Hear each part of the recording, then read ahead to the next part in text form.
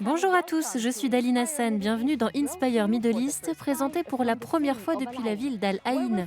Nous nous intéressons aujourd'hui à l'histoire et au patrimoine de la région. Nous en apprendrons davantage sur un alphabet indigène qui s'est développé dans le nord de l'Arabie il y a plus de 2 millénaires.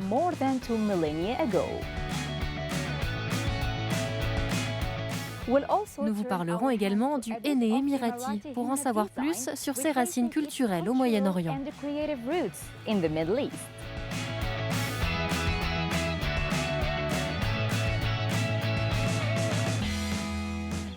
Mais d'abord, Salim et Saïd nous fait visiter Al Ain, une ville émirati fascinante tant par son architecture que par son histoire ancienne.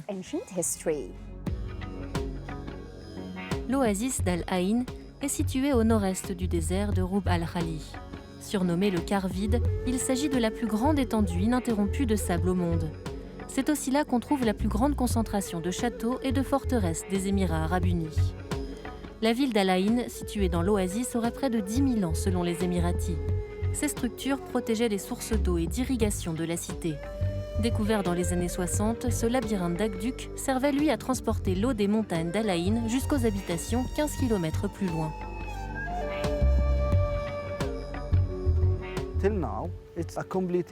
Jusqu'à aujourd'hui, c'est un écosystème complet. Il y a dans l'oasis de grands arbres, comme les palmiers par exemple, qui font de l'ombre à d'autres types d'arbres, comme les orangers ou les figuiers. Ensuite, ceux-ci font de l'ombre aux légumes ou d'autres herbes qui sont utilisées pour nourrir les animaux.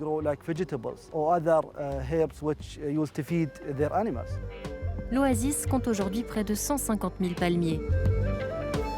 L'aquifère souterrain a été remonté à la surface grâce à ces tunnels recouverts de pierres pour empêcher l'évaporation et les contaminations.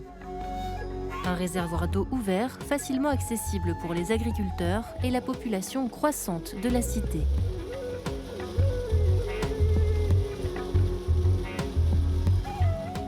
Là où il y a de l'eau, il y a de la vie et c'est exactement ce qui s'est passé ici. L'extension des cours d'eau et des systèmes d'irrigation a entraîné une nouvelle vague d'urbanisation dans la région, permettant le développement de l'architecture caractéristique du pays. La forteresse d'Al-Mowaji, datant du début du XXe siècle, a été construite avec des briques composées d'eau et de sable, la pierre angulaire du développement urbain des Émirats arabes unis. Cette structure imposante était à l'époque le symbole de l'architecture moderne. Ces briques, assemblées avec du mortier, s'emboîtaient comme des pièces de puzzle. Par la suite, des structures plus élaborées ont été construites. Au début, c'était peut-être des maisons de petite taille avec une seule pièce ou deux pièces et un mur d'enceinte. Mais plus tard, les familles se sont agrandies et donc ils ont commencé à ajouter des chambres et à agrandir la zone. Et à certains moments, ils pouvaient être attaqués par une autre tribu ou un autre peuple. Alors, ils ont commencé à élever les murs et construire des tours de guet. Grâce à d'importants travaux de restauration, Al-Mowaji est aujourd'hui une fenêtre sur le passé, avec ses plafonds en feuilles de palmier tressées et ses intérieurs plâtrés en argile. Le palais d'Al Ain est une autre forteresse bien conservée et réhabilitée. Si elle servait autrefois d'habitation pour la famille royale d'Abu Dhabi, c'est aujourd'hui une attraction touristique populaire qui permet aux visiteurs de découvrir l'histoire des Émirats. Elle est également l'une des premières sources d'inspiration des villes gratte-ciel qui parsèment aujourd'hui le littoral des Émirats arabes unis. Les tatouages au henné sont connus depuis très longtemps dans les pays de la péninsule arabique, de l'Afrique et du sous-continent indien, et ils ont connu de nombreux changements avec le temps. Rebecca McLaughlin-Istam nous fait découvrir des modèles inédits avec la nouvelle génération de designers émiratis. L'art du henné remonte à plusieurs milliers d'années, toutefois, il a connu de nombreuses évolutions au fil des siècles. Les tatouages temporaires des mains et des pieds, aux motifs élaborés, symétriques et géométriques, ont des racines profondes dans la péninsule arabique, le sous-continent indien et l'Afrique du Nord. On les réalise traditionnellement lors de célébrations comme les mariages, la fête de Diwali et l'Aïd. Traditionnellement, les feuilles de henné étaient réduites en poudre et mélangées à de l'eau, du jus de citron et du sucre. Mais pour prolonger le tatouage au-delà d'une semaine, certains fournisseurs se sont récemment mis à ajouter des ingrédients potentiellement nocifs, retrouvés dans des teintures capillaires.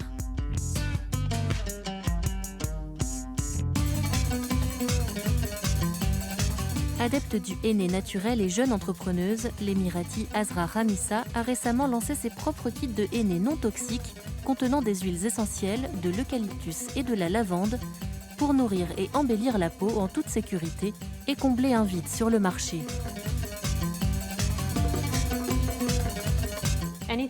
Le henné qu'on trouve en rayon y est généralement depuis un certain temps. Il n'est pas frais et il y a toujours des produits chimiques. Je voulais donc proposer quelque chose que les gens puissent utiliser à la maison et qu'ils puissent mélanger eux-mêmes. Le projet d'Azra a rapidement gagné un large public sur les réseaux sociaux. Elle présente ses motifs contemporains sur des plateformes comme Instagram. Le design le plus populaire est celui que j'appelle le gant. Il est inspiré par l'anatomie du corps, donc il va partout, jusqu'au bout des doigts. Sinon, il y a aussi les lunes. Tout le monde les aime, surtout pour le Ramadan et l'Aïd. C'est un design très populaire. Et les filles adorent les dessins floraux. Je n'en fais pas vraiment beaucoup. Ceux que je dessine, en général, sont assez simples et pas trop difficiles à faire soi-même. Donc je dirais que c'est le troisième motif le plus populaire que les filles se dessinent sur la peau. L'objectif de la jeune femme est de dépasser l'imaginaire ethnique et culturel associé au henné et de le rendre accessible à tous, y compris aux artistes internationaux.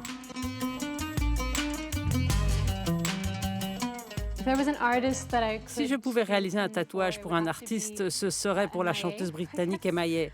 J'aimerais vraiment faire un imprimé léopard sur tout le corps, même si cela serait un peu risqué, en tout cas dans mon monde.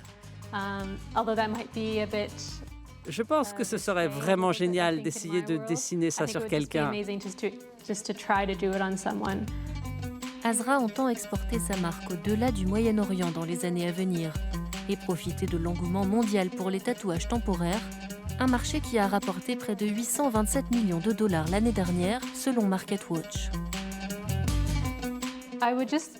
J'aimerais juste qu'il soit possible pour n'importe qui, à tout moment, de trouver des produits au henné de haute qualité. Comme on peut trouver facilement un studio de tatouage. Peut-être pas tellement au Moyen-Orient, mais dans le reste du monde. Alors qu'elle continue de construire son empire du tatouage temporaire, Azra rêve de laisser une marque indélébile sur le marché de la beauté.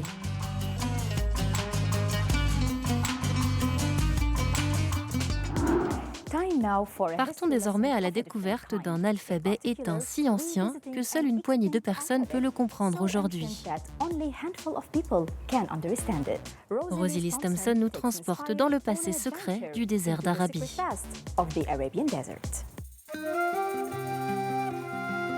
S'étendant du sud de la Syrie au nord-est de la Jordanie et à l'Arabie saoudite, le désert d'Al-Ara al-Shama, resté intact pendant des siècles, renferme les secrets d'un passé oublié. Au cœur de cette vaste étendue de sable se trouve une mer de pierres et de rochers de basalte. On y trouve des gravures représentant des chameaux, des gazelles et des chasseurs, ainsi que d'anciennes inscriptions. Nombre d'entre elles sont en écriture safaïtique, un alphabet ancien né dans le nord de l'Arabie il y a plus de 2 millénaires. L'histoire de cette région est souvent associée à la naissance de l'islam, mais on sait peu de choses sur son passé pré-islamique. Ces gravures fournissent donc un témoignage précieux sur cette époque oubliée. Le docteur Ahmad Al-Jalad analyse l'origine et l'authenticité des textes et des inscriptions. Il y a deux Arabies antiques, l'Arabie de la mythologie et du folklore et l'Arabie antique réelle. Et pour étudier ce monde réel, il faut aller sur le terrain. Vous devez faire des enquêtes, vous devez creuser, vous devez lire ces inscriptions. Et c'est seulement comme ça que vous pourrez retracer les vies, les langues, les cultures des gens qui peuplaient réellement la péninsule arabique avant l'islam. Avec plus de 50 000 textes écrits en alphabet safaïtique, ce désert abrite le plus grand corpus d'inscriptions pré-islamiques. Il atteste également des premières étapes de la langue arabe, remettant en cause l'idée qu'elle serait apparue au 1er siècle de notre ère. La langue arabe aurait en fait émergé avant la montée du christianisme. En créant un dictionnaire et un portail de grammaire en ligne, Ahmad a commencé à écrire la première histoire factuelle de l'arabe et de ses locuteurs avant l'islam.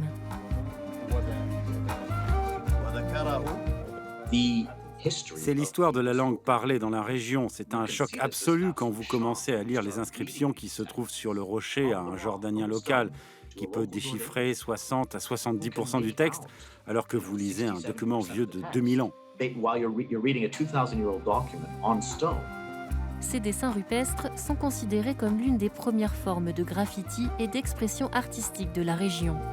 Lorsque la peintre jordanienne Rawana Al-Ladwan est tombée par hasard sur ces gravures, elle a été surprise de réaliser à quel point l'histoire ancienne de son pays était si méconnue. Depuis que je les ai vus, je les ai étudiés pour observer leur beauté dans le désert. J'ai produit des peintures qui reflètent leur essence, mais avec une nouvelle composition et une nouvelle couleur. Pour Ahmad et Rawan, il est essentiel de documenter et de préserver ces pierres anciennes, car plus nous en saurons sur ces reliques, plus nous comprendrons les origines culturelles et linguistiques du monde arabe.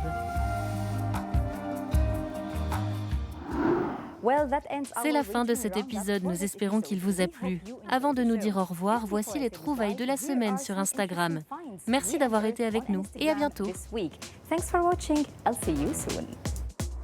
La Française Elodie qui nous montre son tatouage au henné marocain. Et la Slovaque Christina qui fait une séance de yoga dans l'oasis d'Alaïn.